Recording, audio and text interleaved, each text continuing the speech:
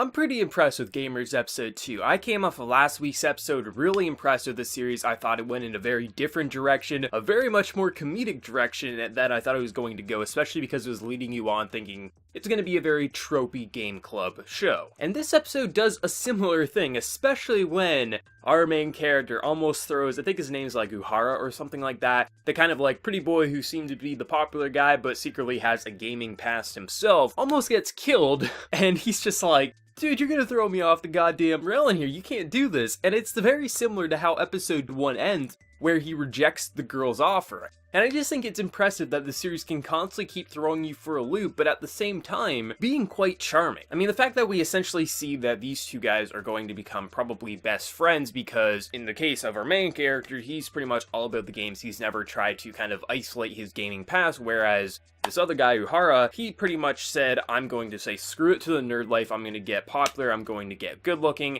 and essentially he gets the girl, he gets popular friends, and you can see the rest is history. So I like how they kind of like mingle and kind of find kind of comfort within one another because both of them aren't truly happy with their lives at the end of the day. They both have their own issues. And in the case of our new side character here, he wants to play games, but essentially he's kind of like isolated himself from that. But I think one of the most impressive parts of the episode is actually with his girlfriend, because his girlfriend, she's been a pretty fun personality, someone, you've seen the type of character before, she's always kind of latching on to her man, but she seems like she's kind of a dunce character, she's just in it probably for his looks, and even himself, he thinks that. So what I really like with the episode is how this episode confirms that no, she actually loves him for a legitimate reason other than some superficial thing. And I really like learning about the backstory because episode is kind of like linking like, oh, is he going to kind of abandon his popular group of friends, go back to kind of the gaming club, something like that? But in reality, it does the complete opposite, where you assume he's probably going to enter the game club at some point. But at the same time, we get to learn that no, he doesn't have to hide from his gaming past because his girlfriend, she used to just be a normal looking girl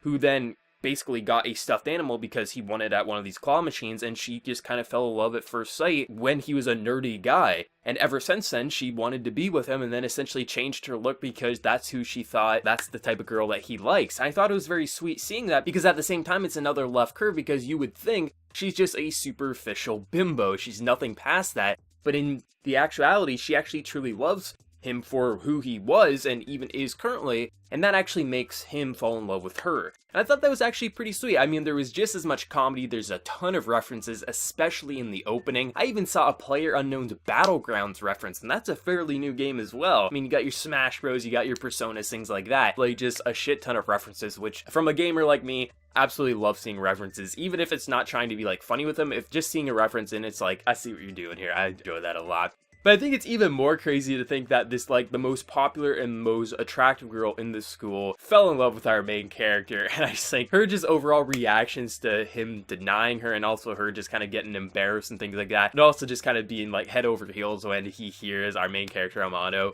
pretty much stick up for her. This is a pretty charming series. In some ways, I just want to put every single title charming as fuck in the title, but I think I'll only do that for episode 1. But this episode, once again, the character dynamics got even more impressive. I like what we're doing with the side characters, this new friendships that building up. We even got actually legitimate relationships like that's already happened that actually feel natural and not superficial. And we could assume that eventually within the series, Amano is going to end up with this girl as well. But really, this is a charming series. The character interactions are on point. The dialogue is funny. It's charming. It just makes me hooked and I'm smiling and just being like, what am I looking at every time I watch an episode of Gamers? But let me know your thoughts down in the comment section below. What do you think of this series? I mean, the animation isn't that impressive or spectacular, but the art design itself is absolutely on point, and I've been dying just looking at the series overall because of the facial reactions, things like that. Let me know your thoughts. What are you thinking of the series, and who's your favorite character so far? Let me know, and before you leave, smack that like button to share your support. If you do the channel, be sure to subscribe. So until next time, everyone, please take care and have a good one.